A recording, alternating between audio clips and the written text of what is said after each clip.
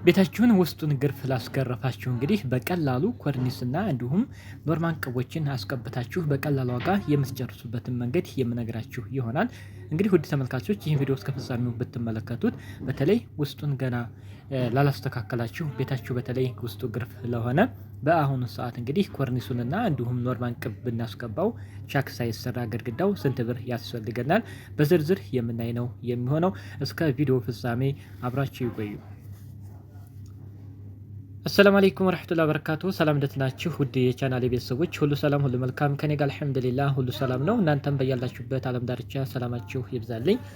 ውድ ተመልካቾች ለዛሬ ያስኩላችሁ መረጃ ደግሞ ሸዋን ጨምሮ 5 ክፍል ቤት ወይንም ደግሞ 72 ቆርቆሮ ቤት በክብም ሆነ በኤል ሼፕ ለሰራችሁ ውስጡ ግርፍ ለሆነ ቤት ኮርኒሱን ፕላስቲክ ኮርኒስ አድርጋችሁ ግድግዳውን ደግሞ ኖርማል በቀጭኑ ጀሶ ቀብታችሁ ከዛ ላይ ቀለም በምታዩት መልኩ እንደዚህ አድርጋችሁ መስራት ብታስቡ ምን ምን ያስፈልገናል፣ በብር ደረጃ ስንት ይወስዳል የሚለውን ሙሉ መረጃውን ወደ እናንተ የማቀርብላችሁ ነው የሚሆነው። ውድ የተከበራችሁ ተመልካቾች ከእናንተ የሚጠበቀው እንግዲህ ለቻናሉ አዲስ ከሆናችሁ ሰብስክራይብ በማድረግ እንዲሁም የዘወትር ተከታታዮቼ ላይክ ሼር ያደረጋችሁ ቪዲዮውን እስከ ፍጻሜው መመልከት ይሆናል ማለት ነው። መግቢያ ላይ እንደነገርኳችሁ እንግዲህ ውስጡ ግርፍ ከሆነ ቻክ የማይሰራ ከሆነ የጅብሰም የሰጋቶራ እንዲሁም ደግሞ የባለሙያ የሚቀንስ ይሆናል ማለት ነው። ስለዚህ ከግርፉ ላይ በቀጭኑ እንደዚህ ይሄ ቤት አሁን እንደምትመለከቱት ውስጡ ግርፍ ነው። ከግርፉ ላይ በቀጭኑ ኖርማል ቅብ ተቀባ ጅብሰም ከዛ ላይ ቀለም ነው የተቀባው ማለት ነው። ኮርኒሱም እንደምታዩት እንግዲህ ፕላስቲክ ኮርኒስ ተሰርቷል። በዚህ መንገድ ማሰራት ብታስቡ እንግዲህ ወጪም ስለሚቀንስላችሁ ብዙዎች 350 ሺህ ብር ከምታወጡ ከዛ ቀለል ወይም ቀነስ አድርጎ የምታሰሩበትን መንገድ ነው የምነግራችሁ የሚሆነው። ስራው እንግዲህ መግቢያው ላይ ይህንም እንዳያችሁት የመብራት ዝርጋታዎች ካልተዘረጉ ከሱ ነው የሚጀምረው ማለት ነው። አንዳንዶች ዝም ብሎ ኮንዲት ብቻ የሚቀመጥላቸው አሉ፣ በሽቦ ተደርጎ ገመዱ የማይገባ ጨርሱም ደግሞ አንዳንዶች ምንም ነገር ግርፉ ተገርፎ ኮንዲት ብቻ ያቀምጡለት ምንም አይነት ነገር ሳይጠቀሙ ዝም ብሎ የሚቀር ስለሚኖር ወይንም ደግሞ በቂ ዝርጋታ የማይዘረጉ ቤቶችም ስለሚያጋጥመን የመብራት ዝርጋታን ጨምሬ የምሰራላችሁ ይሆናል። የመብራት ዝርጋታውን በአግባቡ ተዘርግቶ ለተቀመጠ ግን የዚህን ሂሳብ ብቻው በነጠላ ስለምነግራችሁ መቀነስ ትችላላችሁ ማለት ነው። አሁን ከመብራት ዝርጋታ የምንጀምር ይሆናል። 1.5 የመብራት ገመድ 4 ጥቅል ያስፈልጋችኋል። የአንድ ጥቅል ዋጋ 1700 ብር ነው። ለአራቱ ጥቅል 6800 ብር የሚያስፈልገን ይሆናል። ሌላው 2.5 የመብራት ገመድ ነው። 2.5 የመብራት ገመድ 2 ጥቅል ያስፈልገናል። የአንዱ ዋጋ 2700 ብር ነው። የሁለቱ ጥቅል 5400 ብር። 4 ነጥብ ያስፈልገናል። በሜትር 50 ሜትር የሚያስፈልግ ይሆናል። 1 ሜትር 60 ብር ነው። የ50 ሜትር በ60 ብር 3000 ብር የሚያስፈልግ ይሆናል። ሌላው እስካቶላ ነው። 4 ማዕዘን እስካቶላዎች ያስፈልጋሉ። እሱ 20 ያስፈልገናል። በ20 ብር 400 ብር። ሌላው እስካቶላ ባለ 85 የሚባል አለ 7 ያስፈልጋችኋል። በ20 ብር 140 ብር። ሌላው ብሬከር ቦክስ ነው። እሱም እንደ ፍላጎታችሁ ባለ 4 አለ፣ ባለ 6 አለ፣ ባለ 8 አለ። ባለ 6ቱን በተጠቀሙ 700 ብር ለብሬከር ቦክስ 700 ብር የሚያስፈልጋችሁ ይሆናል። ሌላው ኮንዲት ነው። ኮንዲት 50 ፍሬ ኮንዲት ያስፈልጋችኋል። በ50 ብር 2500 ብር ለኮንዲት የሚያስፈልጋችሁ ይሆናል። ሌላው ፕላስተር ነው። ፕላስተር 3 ፕላስተር ያስፈልጋችኋል። በ80 ብር 240 ብር። ውድ ተመልካቾች እንግዲህ ለመብራት ዝርጋታዎች የገመድ ወይም የማቴሪያሎቹ ጠቅለል ብለው የሚያስፈልጉን አሁን የጠቀስኩላችሁን ይመስላል። ወደ ብር ስንቀይራቸው እንግዲህ 19180 ብር ለመብራት ገመድ እና በውስጡ ለሚካተቱ ነገሮች ያስፈልጋሉ ማለት ነው። የፕላስተር፣ የኮንዲት፣ የብሬከር ቦክስ፣ ስካቶላ እና 4 ነጥብ፣ 2.5 እና 1.5 የመብራት ገመድ በግዥ ደረጃ 19180 ብር በዛሬው ዕለት ባለው ዋጋ እንግዲህ የሚያስፈልጋችሁ ይሆናል ማለት ነው። አሁን የመብራት ዝርጋታው ተዘርግቶ አለቀ ማለት ነው። የቀጣዩ ስራ የሚሆነው እንግዲህ ኮርኒስ ነው። ኮርኒስ የሚሰራ ይሆናል። ለኮርኒሱ እንግዲህ የሚያስፈልጉትን ማቴሪያሎች እና እንዲሁም ደግሞ ለግድግዳው የሚያስፈልጉትን የቀለምና የጂፕሰም መጠን ደግሞ የምናይ ይሆናል ማለት ነው።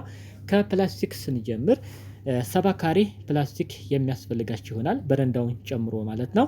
የአንድ ካሬ ዋጋ 550 ብር ነው። ስለዚህ የ70 ካሬ በ550 ብር 38500 ብር ለፕላስቲክ ብቻ የሚያስፈልግ ይሆናል።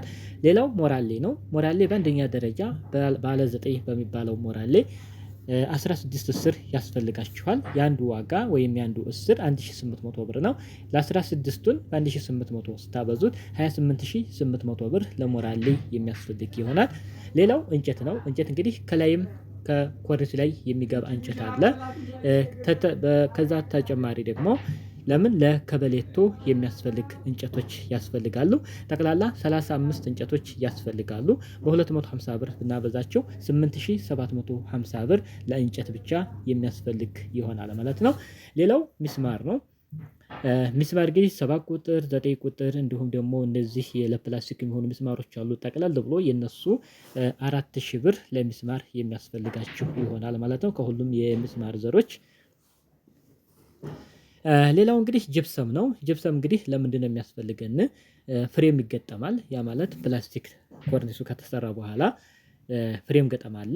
ለፍሬም ገጠማና እንዲሁም ደግሞ ከግርፉ ላይ በቀጭኑ ለምንቀባው ጅብሰም ያስፈልጋል ማለት ነው። ጠቅላላ 15 ኪስ ጅብሰም ያስፈልጋል።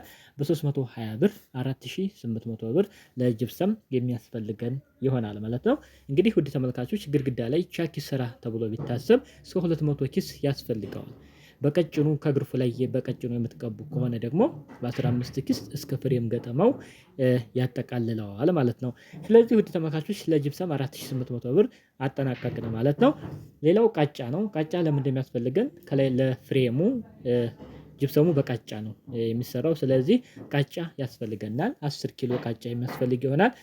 1 ኪሎ 300 ብር ነው። የ10 ኪሎ 3000 ብር ለቃጫ የሚያስፈልግ ይሆናል።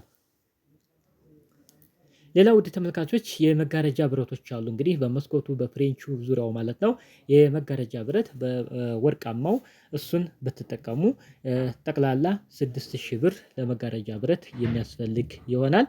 ከዚህ በኋላ እንግዲህ ምንድነው የሚያስፈልገው? ጅብሰሙም ተቀባ ግድግዳው ከግርፉ ላይ መጨረሻ ላይ ፍሬም ተገጣጥሞ ሁሉ ነገር የመጋረጃ ብረት ተቀብሮ አለቀ ማለት ነው።